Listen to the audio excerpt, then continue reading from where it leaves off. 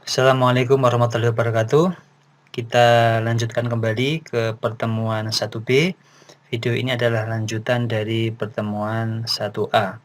Dan pada kesempatan ini kita akan sedikit membahas tentang sejarah singkat, geometri, dan tokoh-tokohnya. Terutama tokoh-tokoh pada masa lampau yang memberikan fondasi atau pemikiran mereka memberikan ide-ide baru dan dasar atau fondasi terhadap perkembangan ilmu geometri.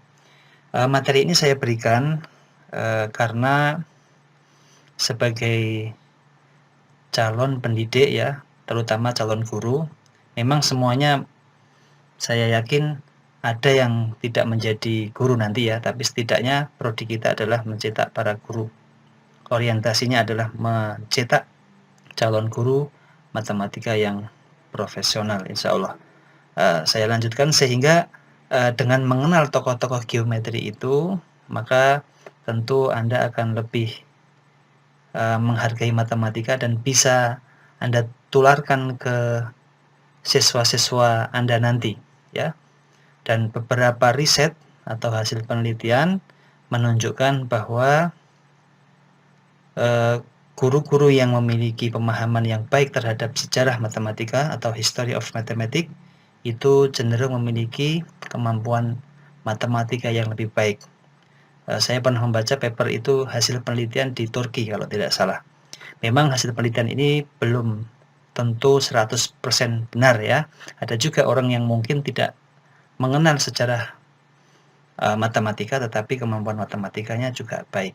Jadi tidak mutlak ya. Tetapi setidaknya riset itu didukung oleh data yang empirik sehingga bisa kita jadikan bahan pembicaraan untuk mendorong agar kita sebagai orang yang berkecimpung di pendidikan matematika itu lebih mengenal tentang sejarah matematika. Dan memang kita bukan matematikawan ya, tapi siapa tahu nanti anak didik kita, generasi berikutnya itu ada yang menjadi matematikawan dan bisa bersaing di level internasional ya. Barangkali nanti ada yang menjadi pemenang Field Medal ya, atau Nobelnya bidang matematika. Jadi bahan materi ini sama sekali tidak menjadi bahan ujian ya. Jadi hanya sejarah dan tokoh-tokoh hanya untuk intermezzo saja sebenarnya. Jadi tidak menjadi bahan tugas, kuis maupun UTS dan UAS ya. Jadi meskipun demikian, tetapi saya harap tetap menyimak video ini agar tahu sedikit tentang tokoh-tokoh geometri. Baik, geometri sendiri berasal dari bahasa Yunani yaitu geometrin, yaitu geos yang berarti bumi dan metron berarti pengukuran. Jadi geometri bisa kita artikan sebagai ilmu pengukuran tanah. Karena memang dahulu orang-orang yang tinggal di Yunani kuno atau orang-orang Yunani kuno biasanya mereka menggunakan geometri untuk mengukur petak-petak tanah mereka ya di dekat sungai dalam rangka untuk pertanian juga. Sehingga memang perkembangan geometri itu berasal didominasi dari Yunani. Nah, tetapi selain Yunani juga ada daerah-daerah lain ya. Di sini paling tidak ada 6 wilayah yang dipandang sebagai sumber penyumbang perkembangan pengetahuan ilmu geometri, yaitu dari Babilonia, ini 4000 sebelum Masehi sampai 500 sebelum Masehi, kemudian Yunani 600 sebelum Masehi dan 4 sampai 400 sebelum Masehi, kemudian Mesir, kemudian Jazirah Arab juga memiliki kontribusi, India juga memiliki kontribusi. BC ini before century ya. Kalau AD di sini mungkin after decimal, saya kurang paham juga. Ini saya ambil dari sumber buku dan juga internet. Kemudian China juga memiliki kontribusi. Dari sini maka terlihat beberapa negara Asia juga memiliki kontribusi ya. Kita tahu India ini termasuk negara Asia yang mencetak matematikawan. Anda mungkin mengenal nama Ramanujan, ya, matematikawan yang cukup terkenal dan ada filmnya ya. Nah, mungkin Indonesia suatu saat akan ada ilmuwan-ilmuwan yang lahir dari hasil didikan Anda sebagai guru nantinya. Nah, tentu saja ada negara-negara yang menyumbangkan pengetahuannya terhadap perkembangan geometri, tapi mungkin kurang signifikan dan tidak terekam atau belum terekam secara baik dalam tradisi tulisan. Karena memang tulisan inilah yang menjadikan bukti otentik terhadap perkembangan suatu ilmu pengetahuan.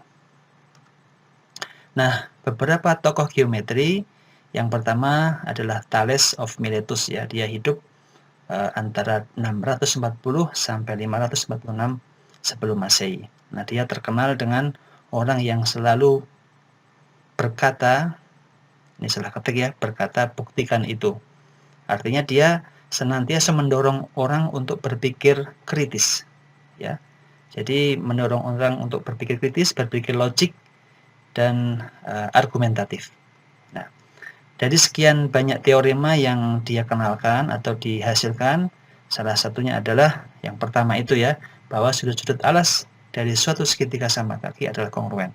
Artinya sudut-sudut yang menghadap dua sisi yang sama panjang atau kongruen, maka sudut tersebut atau kedua sudut tersebut kongruen. Nah, ini ditemukan oleh orang yang hidup pada masa 640 sebelum Masehi ya. Bisa dibayangkan perkembangan pengetahuan pada waktu itu, yang mana zaman itu di Indonesia barangkali masih zaman ya mungkin purba ya, kita nggak tahu, tapi yang jelas yang terekam di sana. Bisa jadi di Indonesia juga sudah ada ya, cuman tidak terekam dengan baik. Ini adalah Thales, kemudian ada yang kedua dan ketiga. Yang ketiga ini dia menyebutkan atau mengenalkan bahwa sebuah sudut yang dinyatakan dalam sebuah setengah lingkaran adalah sudut siku-siku. Artinya sudut yang menghadap pada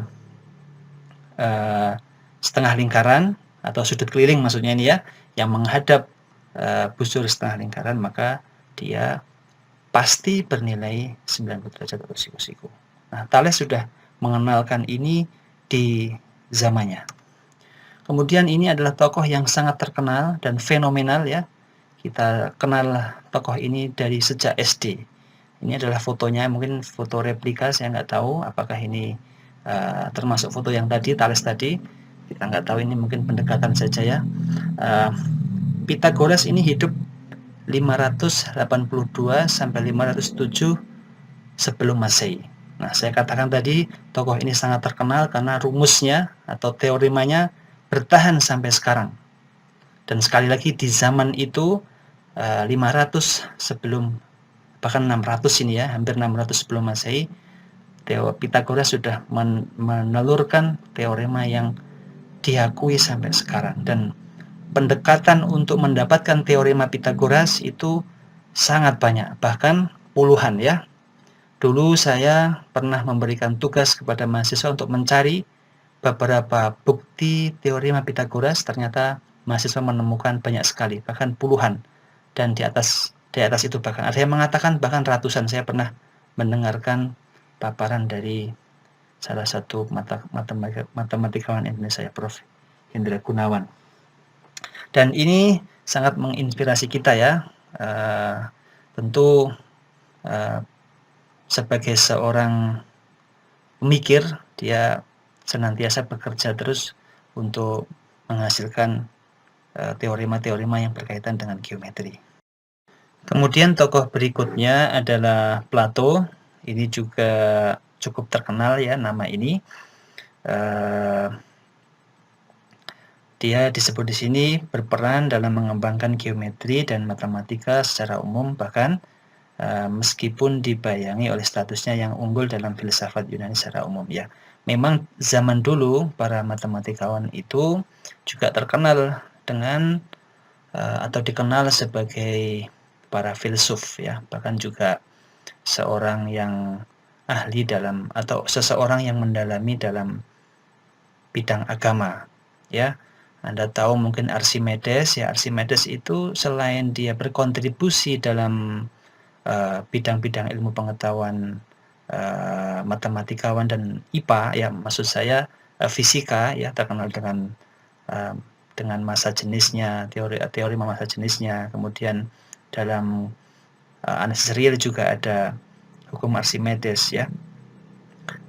Memang dia banyak bidang yang dia geluti, termasuk filsuf, ya, para pemikir, ya. Dan Plato ini pun juga demikian, ya. Dia terkenal dengan filsuf, ya, seorang filsuf atau yang ahli dalam hal filsafat, pemikir, dan juga seseorang yang juga memiliki kontribusi dalam matematika. Anda mungkin juga mengenal Euler, ya. Euler itu luar biasa, ya, seorang yang buta tapi sangat produktif, menelurkan banyak karya dan bahkan menemukan bilangan yang sampai sekarang juga terkenal, natural number, ya, atau bilangan E, ya, bilangan Euler. Dia juga seorang yang sangat mendalami agama. Artinya kita juga bisa mengambil inspirasi, ya. Artinya kita mungkin sebagai umat Islam yang paham terhadap agama Islam harus memiliki kegigihan, ya. Artinya semangat dalam menuntut ilmu. Jadi agama kita raih dan ilmu pengetahuan juga kita coba maksimalkan sehingga bisa berkontribusi terhadap kejayaan Islam. Kemudian yang mungkin terakhir adalah Euclid. Nah, ini sangat terkenal dalam geometri. Bahkan dia ada salah satu cabang namanya geometri Euclid dan ada juga geometri non Euclid. Nah, Euclid ini juga hidup di zaman sebelum Masehi, ya. Nah, kita lihat narasinya. Di sini disebutkan bahwa tidak banyak orang yang beruntung memperoleh kemasyhuran yang abadi seperti Euclid, ahli ilmu ukur Yunani yang besar, ya.